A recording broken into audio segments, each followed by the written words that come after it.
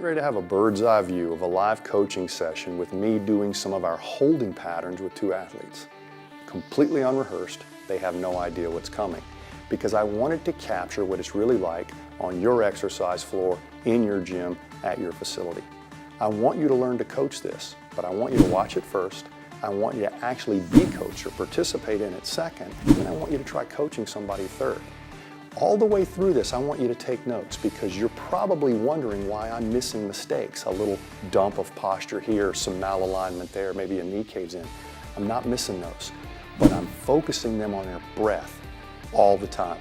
I'm putting them in a position that's very safe and very stable. So these little things that we're used to adjusting in loaded exercise or with impact, you don't have to worry about those here. Worry about their breathing. Let me say that again. Worry about their breathing. The best yogis in the world watch your movement, but then note your breathing. We want to do that. I'm going to put you in a position, and I'm going to put them in positions where that breathing gets really shallow. It's because they're going too far into a movement. What does that mean? If breathing is good, usually movement integrity is good. And these movements aren't very complex, but you'd be surprised how many people will try to go further and give up integrity to get there. We make integrity job one. This is postural stuff. This is the base for everything else we're doing, so we want it to be strong, tight, and we want you to have control. What's a good demonstration of control? Watch the breathing. The breathing indicates integrity. The position's hard enough, the pattern's going to happen, but if it happens with shallow breathing, they've gone too far, they're probably making a mistake. I won't critique their movement, I will just encourage them to get back to a point where they can breathe. That point is synonymous with integrity.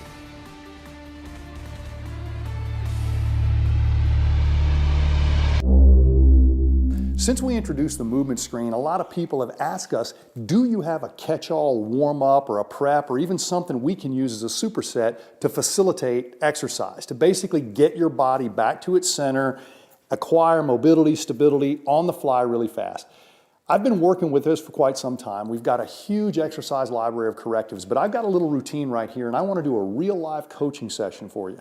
I've done it with paddle sports, field and court sports, mixed martial arts. I've done it in rehab, and I've done it with specific stuff like getting somebody prepped for weight training or something like that. We all talk about movement patterns, but at the beginning of every movement pattern, there's a posture, and there's also one at the end. And if those two postures aren't right, nothing in between is right. So we're going to basically hit a few postures. And what compromises our posture more than anything? Well, Mike Boyle and I have talked about it in the joint by joint approach. And what we've seen is the bottlenecks for mobility in a sedentary society, or sometimes an over-athletic or overtrained society, is generalized stiffness in the T-spine, generalized stiffness in the hip, generalized stiffness in the ankle. Now, the reasons we get these stiffness can be overuse or underuse, but it's a natural pattern that people go through. If we have mobility problems in the T-spine, hips, and ankles, we actually create stability problems in the scapular region or the shoulder girdle, in the low back, in the knees, and in the feet. So our feet pronate, our knees cave in, we sacrifice our low back, and we have sloppy shoulder girdles.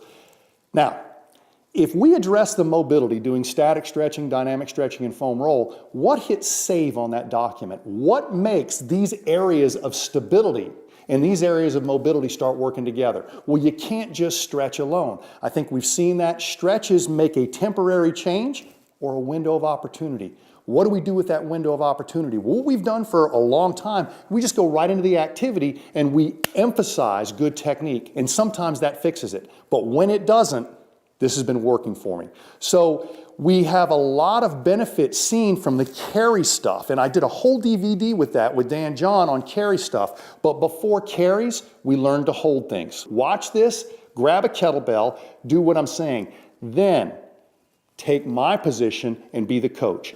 I want you to have a kettlebell that you could bottom up press a couple of times without too much difficulty. So if both of you got a kettlebell, you can bottom up press, not just on one side, but on both sides. Okay, if you can bottom up press it 40 times, it's too light. At least 2 is good enough. So I'm not wanting to overload you here, because this is about time, this is about breathing, this is about low-level work capacity. It's not about how strong you are, but you may find out how wiped out you get just doing this, okay? So the position I want you in is I want you to pop tall, I want your pelvis as far forward through, and I do not want this position. I literally want your knees out. And I want you to keep working your knees out till you get a little bit of a groin stretch. All right, you know what that stretch is, right?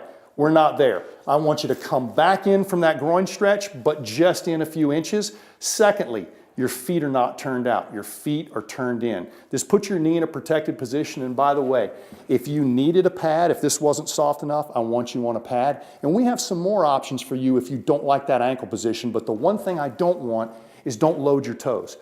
I'm trying to talk to your glutes right now. I don't even need your feet. They're out of the picture. Your glutes, your hips, your T-spine, scapula, that's what we're working on here. So feet are out of it. Don't load the toes. We can put you up on some steps. We can even use a mat table to help out there. Now, all I really want you to do is make sure you're set up, make sure you're slightly in from the adductor stretch, but wide enough where you can roll that pelvis through. If your pelvis were a plate, I don't want it spilling water off the front, don't want it spilling water off the back. Grab the kettlebell, hold it up. Good. Now, the longer I leave you here, the more you will actually have a tendency to think it's your job to lift this thing. It is not your job to lift this thing. It is your job to hold this thing. So don't let it go down, okay? Just keep it off the floor. But having said that, most people who've done at least one shrug, over time, that tension, you feel like you're gonna start fighting that weight. And as that weight starts to feel like it gets heavy, you're actually lifting it instead of just holding it. So every now and then, here's what I want you to do. Without getting shorter, very important that you remember this, head height stays the same, push that kettlebell down.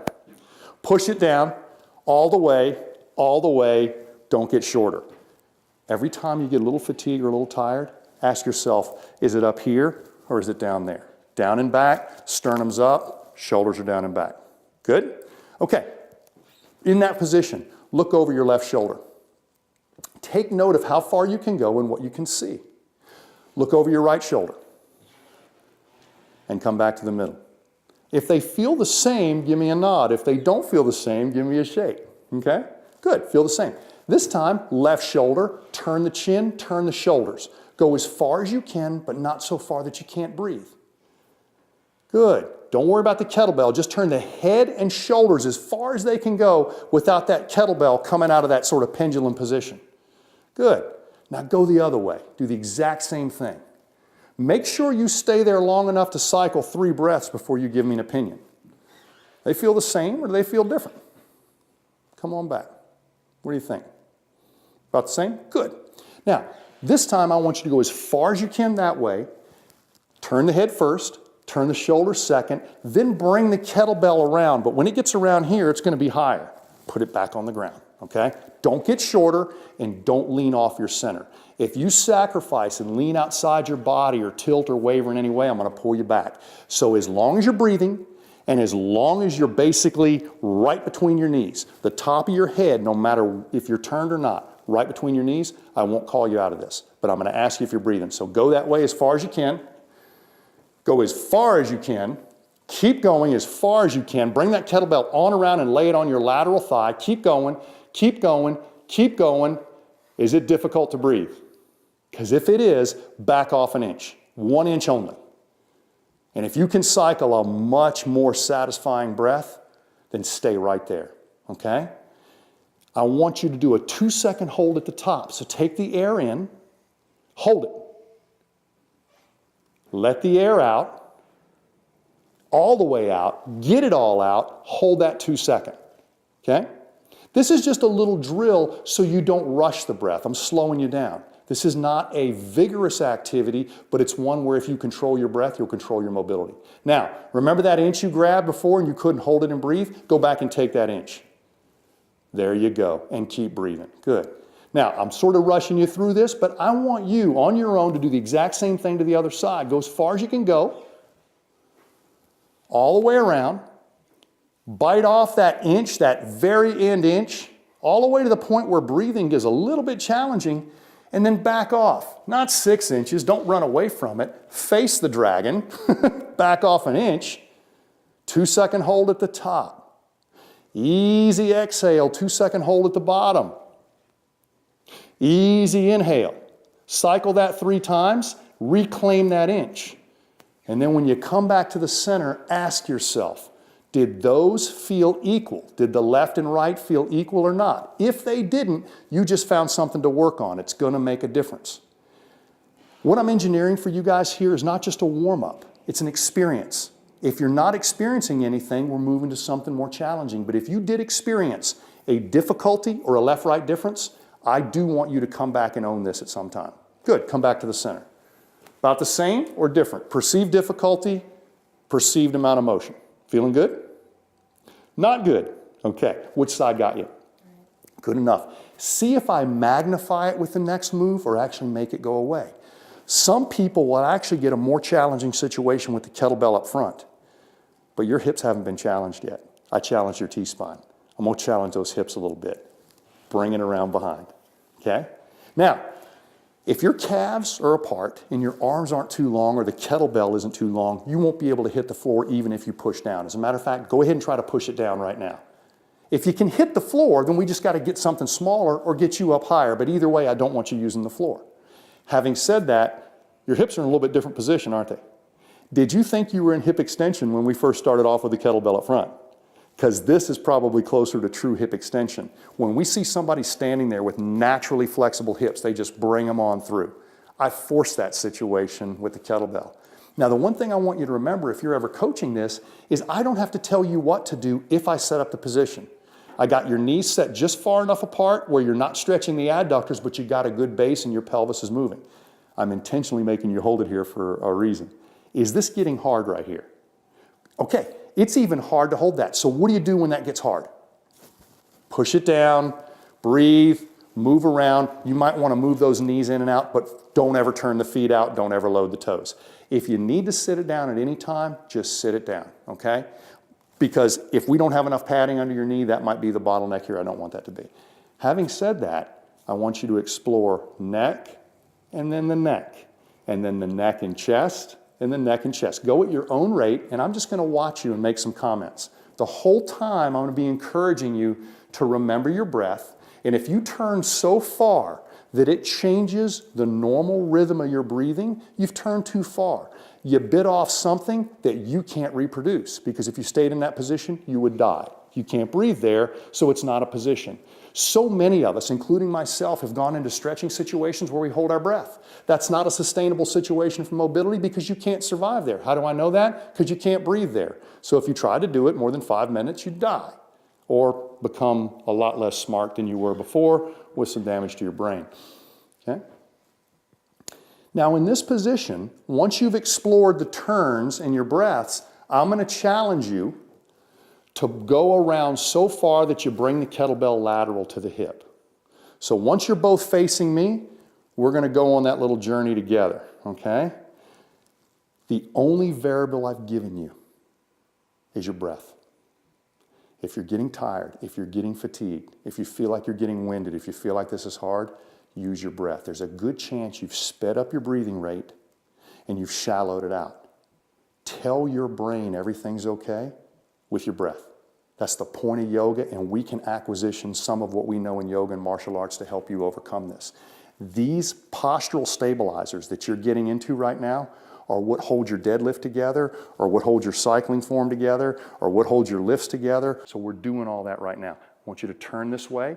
As your head and chest go this way, I want you to bring that kettlebell up and over your calf and over to the lateral part of your thigh. Get it up and over and keep turning. Do not sacrifice alignment. Keep those shoulders back. Slide it down your leg and push it down. If you've bitten that inch off that you can't breathe in, just back off 1 inch. Get that breath back. Now, if you don't feel like you can hold it at the top and bottom, that's a good indication that you've gone too far. Back off another ½ inch and see if you can hold it at top and bottom. Control it. This won't last forever, but it is for now. Control it. There you go. There you go. Now, before you leave this position, you've done more than you think with your breath. Go into that place you couldn't go before and see if you made a difference. Look at you. Very good. Very good. This is the breath we can use when we're training between sets to reset ourselves. This is the breath we can use when we're stretching. This is the breath we can do when we're doing farmer's carry or 6-position carries or anything like that. Other side, same drill. Slowly turn. And obviously, go as far as you can. Check that breath. If you can do your 2-second holds, and if you have no difficulty breathing, keep going. But as soon as you hit that wall, back off an inch. See if you got the breath. If you don't, back off another ½ inch until you got the 2-second hold, top and bottom. I want everybody who's ever going to coach this to understand you should not be telling people what to do with their shoulders, their core, their hips, their knees, or their head. You should be telling them what to do with their breath. If you set up the position right, that's all taken care of.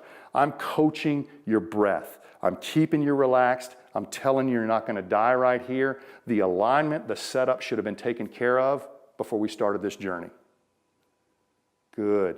Now, if you've done some constructive breathing at less than your max point, go back to that max point and see if it's less difficult than it was before. And if it is, we just closed a feedback loop.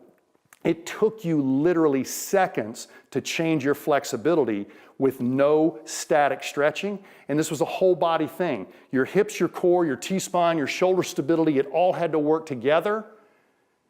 And the one thing you're using to coordinate it is your breath. You can never get away from that. Come back to center. Let me give you a summary, some talking points that'll let the person that you just took through that session feel like you've got inside their head. Here's what happens. You're focusing on breathing the whole time. You set up the position, but you're going to ask them, where did you feel sort of that panic attack, that place where I just wanted to get out of there? Don't go so far. It's always about breathing. But after a few successful breaths, the way I coached, revisit the thing. Don't run away from it.